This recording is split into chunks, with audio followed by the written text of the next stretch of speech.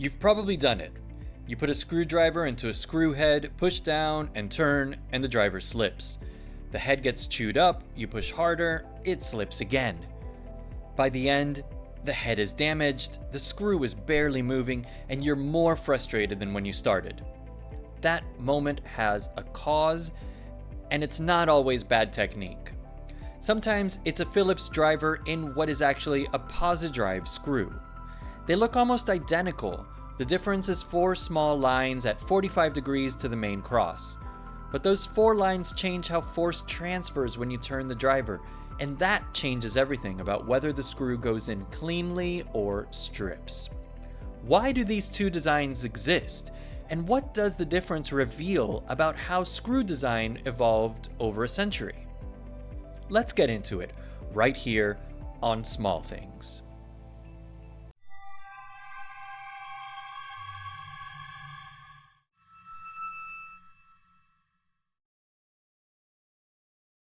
Two crosses, one hidden difference. Hold a Phillips screw next to a Pozidriv. They look like the same thing. Both have a cross-shaped recess, both accept a similar driver, both go into the same kinds of jobs. Look more closely at the Pozidriv and you will see 4 short lines at 45 degrees between the arms of the cross. Easy to miss on a used screw.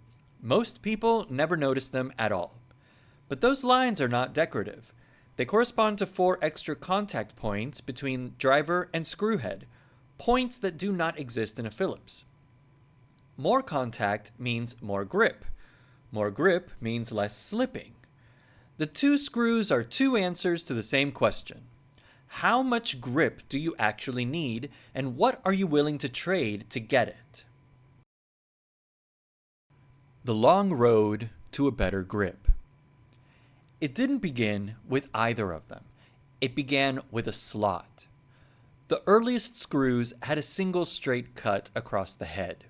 Simple to make, simple to use. 1 slot, 1 blade. The problem was that the blade only contacted the screw at 2 points, opposite sides of the slot. Under significant pressure, the driver would lift out sideways. In hand use, manageable. On an assembly line with power tools, a constant source of damaged heads and lost time. The crosshead was the next step. Cut a second slot perpendicular to the first and you doubled the contact points. The Phillips screw, developed in the 1930s, took that idea and added deliberate angled walls to the recess. That tapering allowed the driver tip to self-center, to find its own way into the head without careful alignment. On the fast-moving assembly lines of the American car industry, that was enormously valuable. Workers could drive screws quickly. The driver guided itself in, and production kept moving. There was, as we explored in a previous episode, a feature that people later called a flaw. The Phillips recess was designed to cam out, to let the driver ride up and out of the head when torque reached a certain point. This prevented over-tightening on assembly lines where tools had no electric torque control. The screw would seat, the driver would slip, and the line would move on. Perfect for 1930s manufacturing. Less perfect when someone's driving a screw by hand into hard wood. By the 1960s, that frustration had accumulated. Engineers at GKN in Britain were looking at the Phillips system and asking whether cam out was still desirable now that applications had changed. What they developed became the Pozidriv, a name compressed from positive drive. 4 additional flutes cut into the recess at 45 degrees with matching indentations on a new driver tip. The extra flutes increased the contact area between driver and screw. More turning force went directly into the screw head rather than converting into upward lift. The tendency to cam out dropped sharply. The screw stayed driven. The head stayed intact. It was a refinement, not a reinvention. 4 small lines, invisible from any distance, but anyone who has used both designs in the same afternoon will recognize the difference immediately. One holds, the other sometimes doesn't. Why the extra lines change everything. So what's actually happening inside the recess when you drive one of these screws? Think of it in terms of contact and direction. When a driver engages a screw head, it transfers force in two directions at once. Rotational force turns the screw, but there's also an upward force. The angled walls of the recess push the driver tip upward as torque increases. In a Phillips, that upward force is significant. The walls were deliberately shaped to produce it. When the torque reaches the design limit, the upward force overcomes friction and the driver lifts out of the head. Cam out. In a Pozidriv, the geometry is different.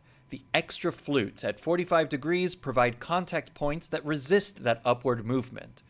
The driver has more surfaces gripping the head, and those surfaces are oriented to push back against the lifting force rather than contribute to it. Higher torque can be applied before the driver starts to lose its grip. Think of it this way. A Phillips recess is like a funnel. It guides the driver in, but under pressure, it actively encourages the driver back out. A Pozidriv recess holds more like a vise. It accepts the driver, and then more surfaces engage to keep it there under load. This is why using a Phillips driver in a Pozidriv screw strips the head. The Phillips tip does not engage the extra flutes. It sits in the main cross and behaves as though those 4 additional lines simply do not exist. Under load, the upward force has nothing to resist it. The driver lifts out. The edges of the recess begin to round, and the screw that was nearly seated becomes very difficult to finish. The same hand, the same pressure, the same effort going in. The geometry decides what happens to it. That is all the difference is. A few lines cut at an angle, but the consequence of those lines, or their absence, is felt by anyone who has ever watched a screw head slowly disappear under a slipping driver. They are not interchangeable. The most common mistake people make is treating these two screws as the same thing. Using a Phillips driver on a Pozidriv screw, or assuming that any crosshead driver works in any crosshead screw. Both halves of that assumption are wrong, but only one causes immediate damage. A Pozidriv driver will not properly seat in a Phillips screw. The extra flutes on the tip cannot engage a plain Phillips recess. You'll know straight away. The driver does not sit right, and you will reach for something else. But a Phillips driver will fit a Pozidriv screw. It drops into the main cross, sits flush, feels fine before you start turning. That's the dangerous half of the mismatch. The driver is seated but not fully engaged. As soon as significant torque goes in, the Phillips tip begins to ride up and the head starts to strip. The damage happens quickly. A few partial turns, a moment of slipping, and the sharp edges of the Pozidriv recess are gone. Once those edges round off, no driver can grip the head properly. The screw is now stuck, partially driven, and extracting it without specialist tools is a real nuisance. The fix costs nothing. Look at the head before you start. A Pozidriv has 4 short tick marks between the arms of the cross. If they're there, use a Pozidriv driver. If not, use a Phillips. The right driver goes in cleanly every time. Which one is in your wall? Today, you'll find these 2 screw types distributed across the world in a pattern that largely follows geography and industry.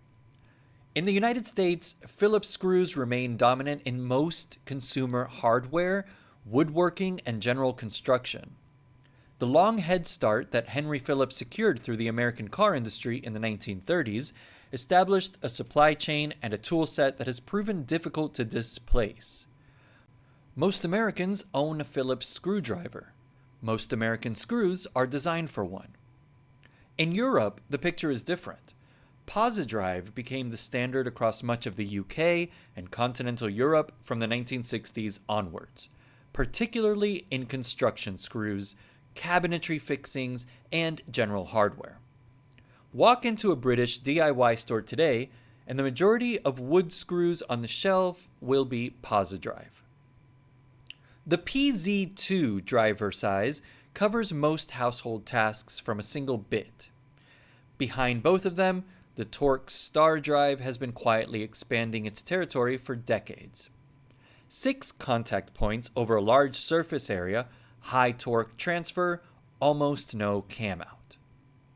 In automotive manufacturing, electronics assembly, and high-performance construction, Torx has largely replaced both Phillips and Pozidriv, where precision and torque control matter most.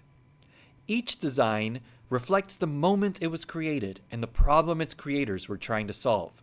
The slot served hand tools, the Phillips served early assembly lines, the Pozidriv served a world that wanted more grip and less slipping. The Torx serves applications where neither of those is enough. Small detail, long story. So why does a Phillips driver slip in a Pozidriv screw? Because those 4 small lines are not decorative. They're contact points, and without them, the geometry of the head actively pushes the driver out as torque increases. One design was built to release under load. The other was built to hold. Both solutions made sense in the context they were designed for.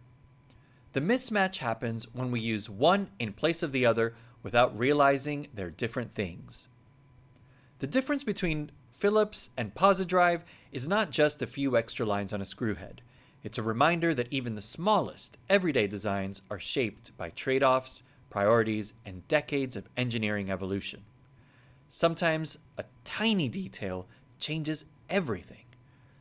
The screw in your wall has a longer story than the wall it is holding together. If this changed the way you look at the screws you reach for without thinking, let us know in the comments what you want us to explore next.